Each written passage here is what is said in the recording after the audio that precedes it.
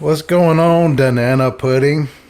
Man, bologna sandwich just hanging in there. I'm enjoying the week. Dude, I'm enjoying the week too, man. We don't usually on this podcast, we don't usually have a whole lot of time to chit chat in the beginning because we want to get to the good stuff. But my brain just farted. You were gonna say because I did a piss poor job of preparing. Yeah. Yeah. So I did a piss poor job of preparing.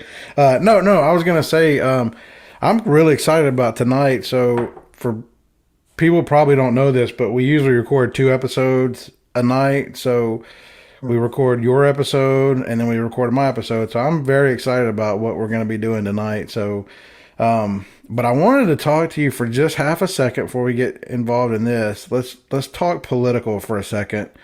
Okay. What about them Ole Miss Rebels, man? So as we record this, this is right after Ole Miss lost to Alabama. But let me just point this out. This is gonna probably make people hate us even more, That's fine. dude. I'm so upset because I've been watching all these videos about all these calls that Alabama should have gotten and didn't get, like these face masking and Ripping the dude's helmet off. yeah, pretty much ripping his head completely off with no call. So I just want to go on record to say I know you're an Ole Miss fan, and I hate Alabama. So I want to go on record as saying, dude, if those calls had been made, Ole Miss would have won that game. That's my prediction. Okay, so as much as I agree with you, and I do want to also point this out, this right here that you see years ago. Okay, so my young Mark. Kinsley, I got her an Ole Miss shirt for her birthday. And in return for Father's Day the following year, I got an Arkansas shirt. Yeah. So I wear this in support of my family, not because of my Mark bandwagon I, type. So I hear yes. you, Mark. I hear you, Mark. So So, my other team is Ole Miss. And dude, so we had a wedding to go to on Saturday, and I did not get a chance to watch a whole lot of the game. I was there for kickoff. I watched the complete first half. After that, I was not able to watch any of it. But I will say this. I'm also a realist, and I don't think that Ole Miss played near to the capacity that they – so even though you had these calls, I'm like, come on, man.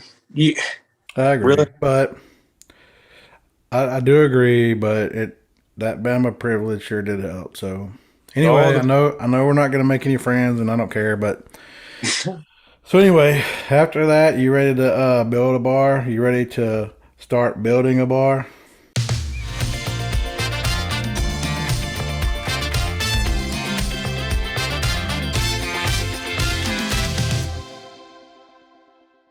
Here we are. This is episode 6 of Building a Bar.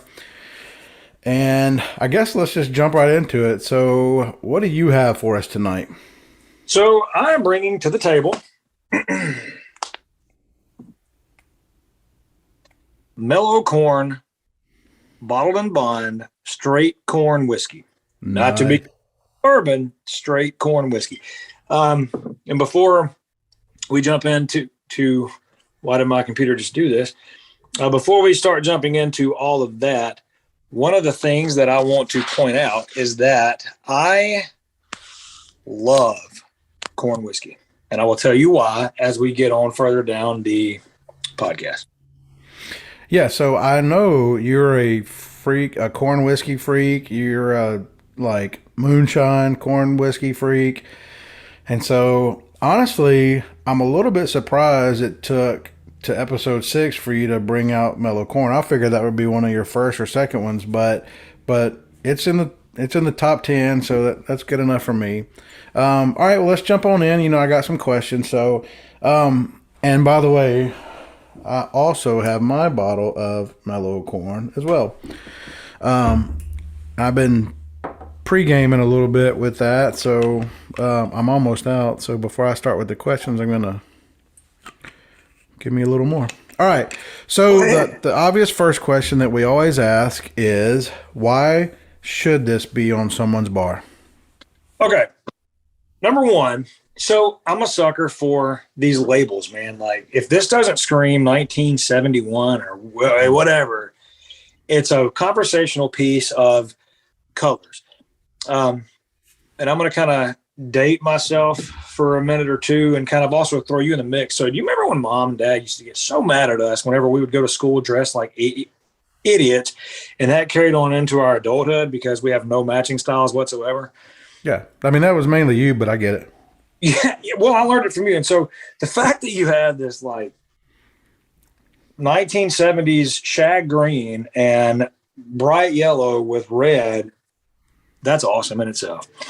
Not only that, but traditionally, people that build bars, like have more of the bourbon side of it. They will have some gins here and there, some tequilas here and there, some rums, not so much, but they could. But traditionally, it's either like scotches or Tennessee whiskeys or bourbons. This is neither of any of those. This is what's considered a straight corn whiskey. And so not only do you have this piece that you can talk about what the difference is, you can kind of like school somebody on why this is corn whiskey and what the difference is. But I guarantee you that if I was blindfolded right now and you set 6 bourbons up and a corn whiskey in there, I could pick that corn whiskey out. Mm-hmm. And so I think to build this bar, to have, some of the fellas over or whatever come over and have just good talk and cigars maybe or whatever, this would be one that I would absolutely 100% go to. All right. So because you mentioned straight corn whiskey, I'm going to jump ahead in my questions and I'll come back. But one of the questions that we always ask is, what's the mash bill? But the reason I'm asking this is for people who are new to bourbon or new to, spirits, whiskey, whatever. By it being called straight corn whiskey, if I were a newbie, I would assume that means it's 100% corn. Is that the case? Is the mash bill 100% corn? Because the wording in this industry is kind of is misleading. And so when I read straight corn whiskey, I would assume that means 100% corn. What it means is for anybody that's ever gardened, whenever I grow my corn, if the wind comes over and knocks it down, I can't use that grain. Right? That's true. Straight corn whiskey is 80% or more corn. So for this specific mash bill, it's 90% corn and 10% rye and malted barley. So I don't know if that's 5 and 5, 8 and 2, 6 and 4, whatever. So like your malts, like your rye malts and your barleys, what that malt does is actually convert. So whenever you cook this corn down, and you get it to you break down these long grain starches, right? That malt will actually convert those starches, complex starches, into fermentable sugars. So that's why you want to use that malt barley. But also that rye and barley is what's called a flavoring grain. It really doesn't add much to bourbons or whiskeys other than flavor. Now, corn, on the other hand, adds a smoothness. So the higher the corn content, the smoother product that you're going to get. But it also, that can be taken to some flavors as well. Your buttery flavors, your banana flavors, which is actually, we'll get to that here in a bit. But that corn adds to your mouthfeel, a little bit of flavoring, but overall your smoothness of whatever spirit is desired. But for this one here, it's 90% corn. All right. So therefore exceeding that 80% corn, straight corn whiskey. Another thing about the difference in straight corn whiskey. So this specific brand itself as well, bourbon has to be made in new charred oak barrels. There's no set government standard for that with straight corn whiskey. So this product here actually reuses all of the bourbon barrels from Heaven Hill Distillery, and that's what this is aged in for 4 years. It's not aged in new charred; it's aged in bourbon barrels. So you're going to get some of that pickup of a heavier high rye, possibly, or whatever. And so that's what I love about this. Okay, awesome. All right, so let's go back to who produces this product, who makes this product. So Heaven Hill makes this product out of Bardstown, Kentucky. There's really nothing um, extravagant. I mean, this isn't like my pawpaw shot the other guy in the head and took the recipe. And this is legitimately Heaven Hill makes this product. Dude, I have searched and tried to find out because you would think something like corn is very inexpensive. Okay.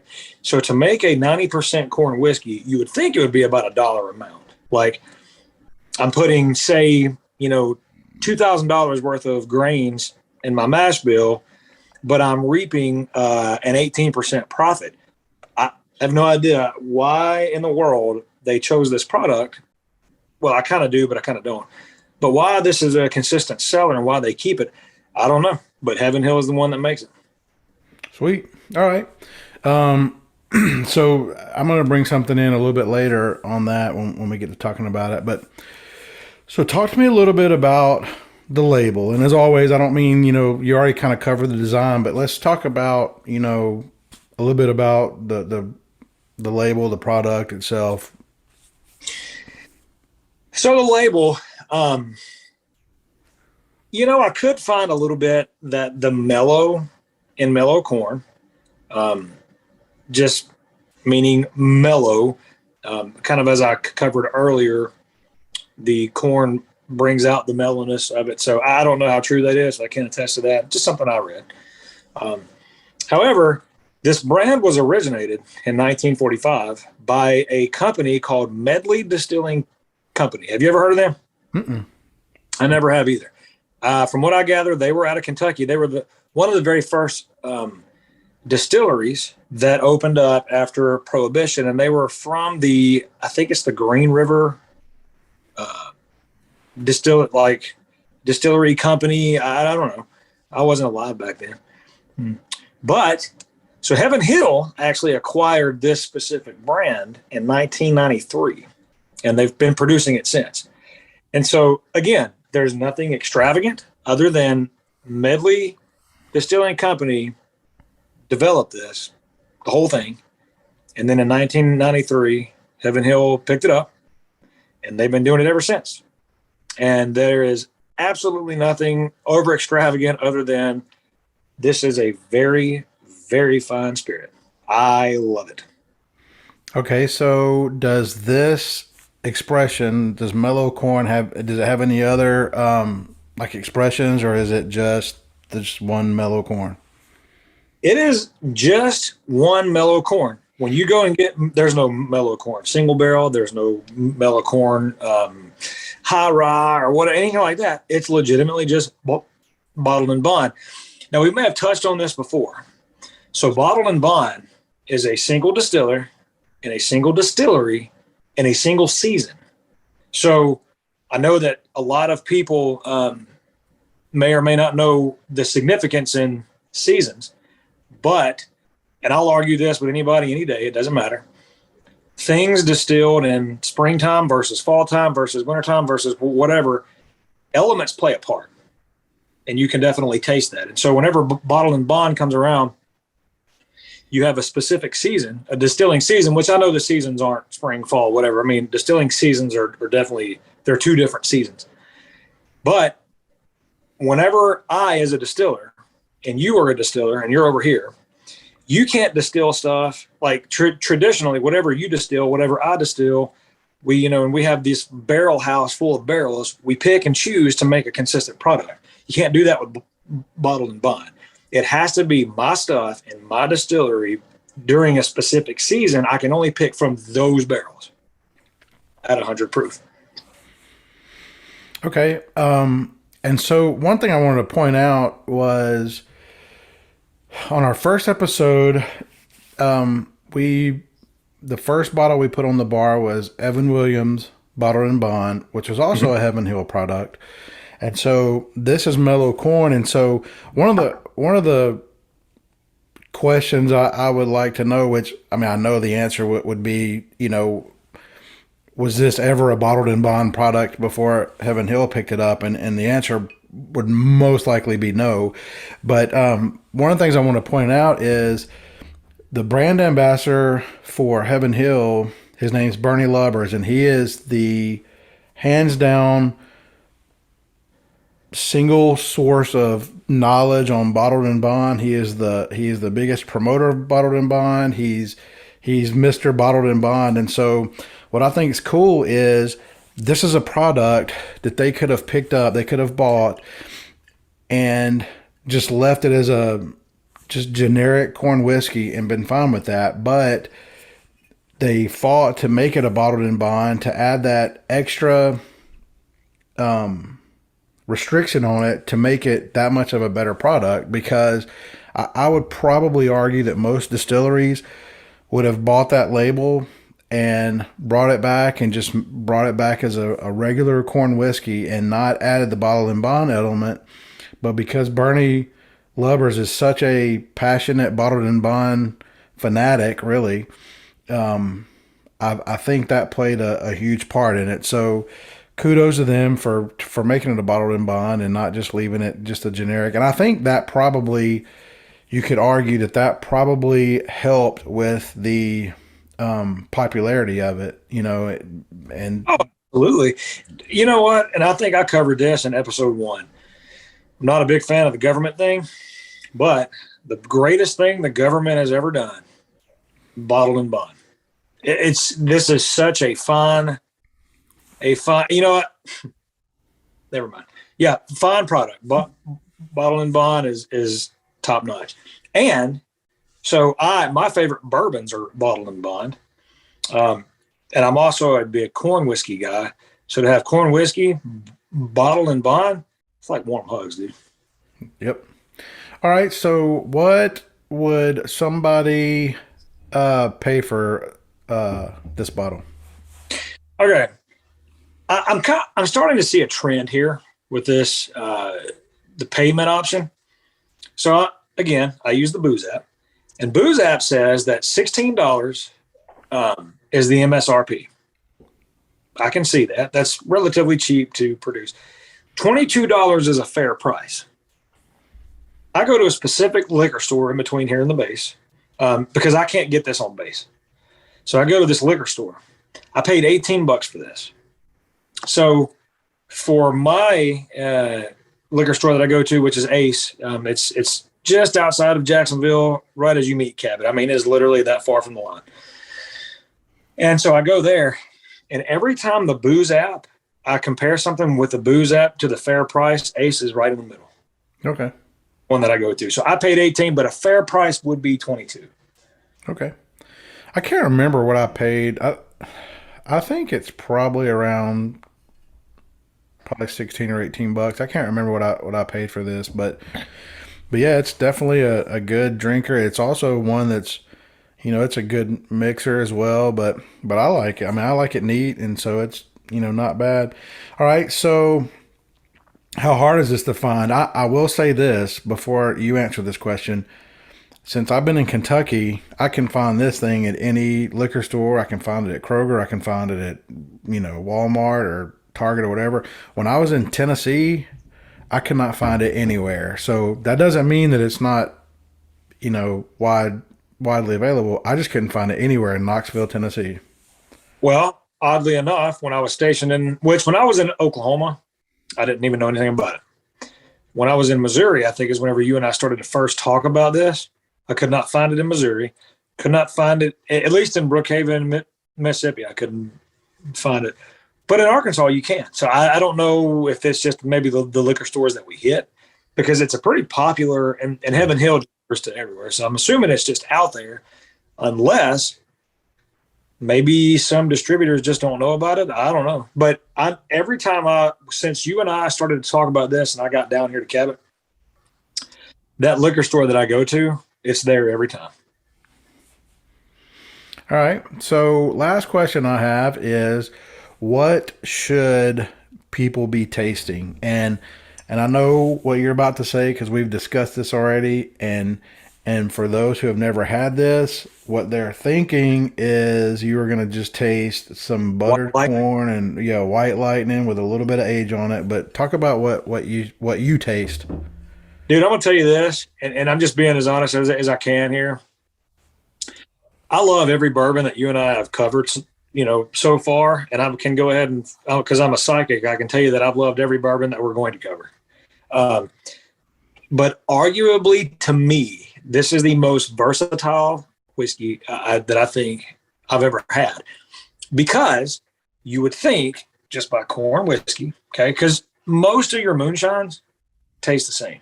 I mean, got that buttery corn flavor and it's corn whiskey and whatever, which I love. This is so much different.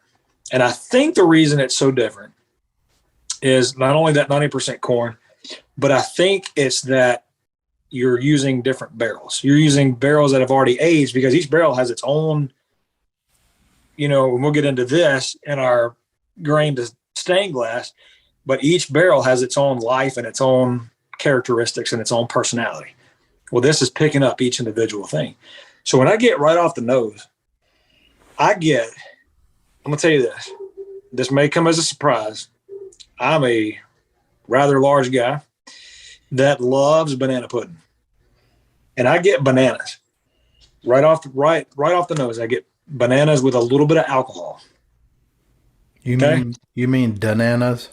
I mean bananas. I don't get bologna off of this. I seriously hate you. When I go to taste it, this banana,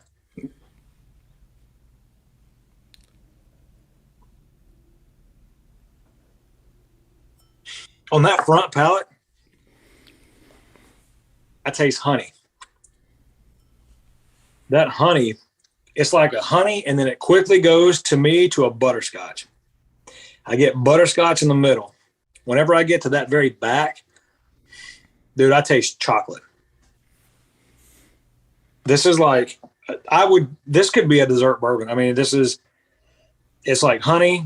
It's a honey, butterscotch, chocolate, banana smorgasbord.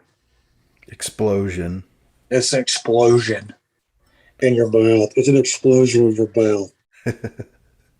What I mean, is that? I get that. I get that. I get a lot of baking spices and like the like dark fruitiness, like banana and stuff like you're talking about. I get all that too. So you could even honestly throw in at the smell nutmeg. Mm-hmm.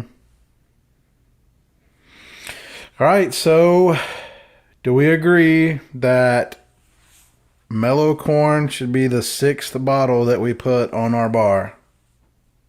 I'll drink to that. I'll drink to that, buddy.